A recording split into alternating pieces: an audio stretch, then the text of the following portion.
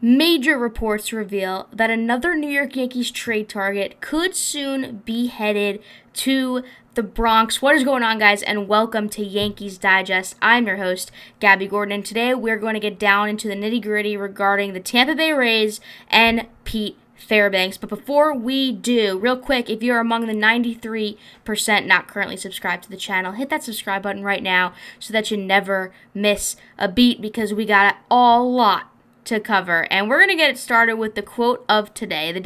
The time I'm filming this is at night, July 27th, so how about another Yankees win? A rare but special Yankees win against the Boston Red Sox. We'll get into that in a minute. But this report earlier today, and it was from Randy Miller just a little while after the Jazz Chisholm trade had come to fruition and been finalized, and then we had that video come up, and then this report from Randy Miller at Randy J. Miller on X is posted, and it says, quote, "I'm hearing Yankees are in serious talks to acquire Rays closer Pete Fairbanks." Now, obviously, Yankees fans here are like freaking out, and we're ready for this to go. This video was ready to go, and then all of a sudden, the man himself, Brian Hoke, kind of shut that down and said, "Source says that nothing is close with Pete Fairbanks and the Yankees and the Rays." So just a few moments apart, really, 5:44 p.m.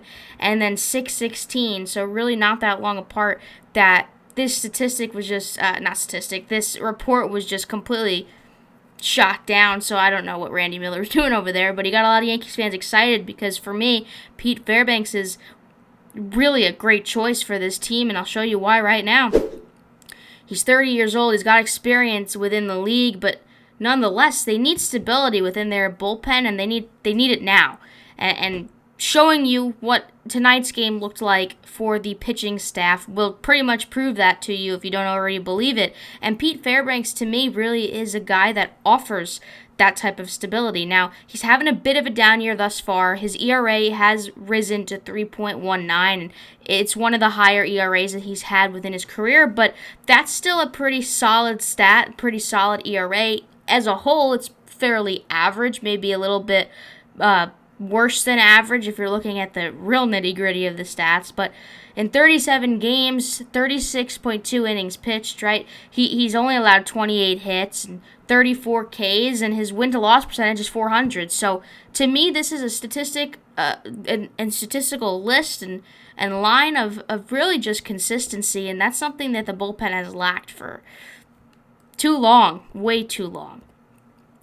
Now, the interesting report here that kind of gets me excited, despite what Brian Hoke had to say, is this from Jack Curry. And we've heard this for many weeks now, but today again, and this is from Jack Curry from Yes Network, he says, quote, "The Yankees have had numerous conversations with the Rays, who have already dealt Eflin and a Rosarena. A Rosarena was dealt just a few days ago. And, Diaz, Paredes, and Fairbanks could be trade targets." Now, I know a lot of people are high on Paredes, and a lot of people are high on Fairbanks. Some maybe Paredes more than Fairbanks, and I totally understand that. But both of these players offer stability to a Yankees team that is lacking stability. And so this report from Jack Curry still has me excited for these potential conversations. Just because a trade isn't happening tonight and today doesn't mean it can't happen within the next week or so. And we could definitely see that, obviously, up until July 30th. So not the next week or so, really only 3 days away, but you get the idea. It could happen still. Doesn't mean it has to happen within the hour, So still on the table. Let's take a look at the line from Fairbanks thus far. He's posted a 3.19 ERA and 36 innings pitched this season. As I mentioned just a moment ago, these numbers are up from last season. He pitched a nice 2.58 ERA with 68 Ks and 45 innings last year. But look, if we're looking at this, it's not like a significant decline. It's really just an up and down type of season. And the Yankees, as we know, their bullpen has been in absolute decline. If you want to call it atrocious, you could even call it atrocious at some points since the month of June. And now we're in the time where they're pushing for a playoff run here, and they're just barely looking up at a wild card at the time in the way that they're playing. So Fairbanks can offer some stability to this staff. And if we take a look at his stats and his career stats, you can see stability, right? In 2019 with Texas, we don't really look at that because that was kind of like his first bite at the league. And then, obviously, in Tampa Bay, a 5.11 ERA, obviously not admirable. But then you get into 2020, 2.7 in 27 games played. Then you get to 2021, it goes up 3.59. But then you get to 22, and he just shuts it down at a 1.13 ERA in 24 games played. And look, 1.13 is phenomenal, right? Tampa Bay, 2023, 2.58, like I mentioned, and this year thus far, 3.19. So I'd say that about the last 3 years of his career, he's been fairly consistent with that ERA, and he gets a lot of swings and misses, and he has that stability. And that is the word of this video, truly, is stability, because that is something that is lacking and something that obviously needs to get better. We take a look at his starts in July. A large part of trades that occur within the MLB has to do with the certain players being on a hot streak in the trade deadline era. And if you look at these stats, I think that Fairbanks is no exception. He's even played against the Yankees, and he beat them twice. So when he came in to close. So all these games, 1 inning pitched per game. Now, his only loss was on Friday, yesterday, the 26th. So you're looking at this, and it's like win, win, win, win, win, win, win. That is stability to me. That is something the Yankees don't see, and that is like, I like that a lot.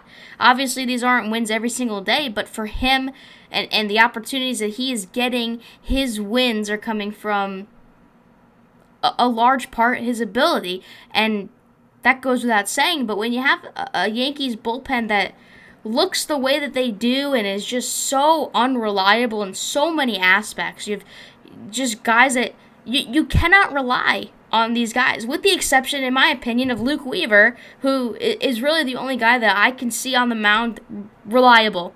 I just can't see that. Of course, we've got guys who are coming back from injury, and that definitely puts a damper on the bullpen as a whole, and that has obviously been the name of the game for the Yankees this year, is just injuries within the bullpen, and that is something that needs to be addressed as well. But you're looking at the names on this list, and this is just kind of showing what their pitch counts have looked like in the last week or so. And I'm looking at these names, and Tim Hill coming on the mound, I don't see a save situation. Luke Weaver, like I mentioned, potentially. Tommy Kahnle, same thing, right? Clay Holmes, oh my gosh, the master of blowing open games when his one job is to save the game. So when you have these types of guys and you literally cannot see yourself winning a game when they come on the mound, you're not going to win games. And that's pretty much just been what the Yankees have been dealing with. And if we look at tonight, you can see it again. This is the final score from tonight's game between the Yankees and the Red Sox at Fenway Park. And the Yankees put up 11 runs in 10 innings. And they almost lost the game. They out-hit Boston 16 hits to 13 hits. Both teams made an error apiece. It is a fair game. And when a team is out-hitting the opponent, you should be winning the game. There's no reason that the Boston lineup should have given the Yankees this much trouble. Clay Holmes came in and shut it down, and I give him props, but he made it interesting once again in that final inning. He had that 1-2-3 in the ninth, and then that 10th was a scary, scary inning. And just the rest of the bullpen, the Yankees can't have a 1-2-3 inning to save their life, and Clay Holmes luckily was able to send us 2 extras. But then even in extras, it always is interesting, and it shouldn't always be interesting. When it's always interesting, it means your bullpen needs help, and Pete Fairbanks can be that help. So I absolutely love the idea of him becoming a Yankee. What's the likelihood that the deal is going to get done? Again, that's not up to me. That's up to Brian Cashman in the front office. But there's a lot of reports and a lot of chirping, a lot of buzz around it. So we're going to continue to follow that as close as we possibly can. So make sure you hit that subscribe button and turn on the post notifications too, so that you never miss a video, because we get it up as soon as we can. And once the news hits, we are on top of it here at Yankees Digest. So that's going to wrap it up for this video. Subscribe. That's all I got to say. If you subscribe, Pete Fairbanks is going to be a Yankee.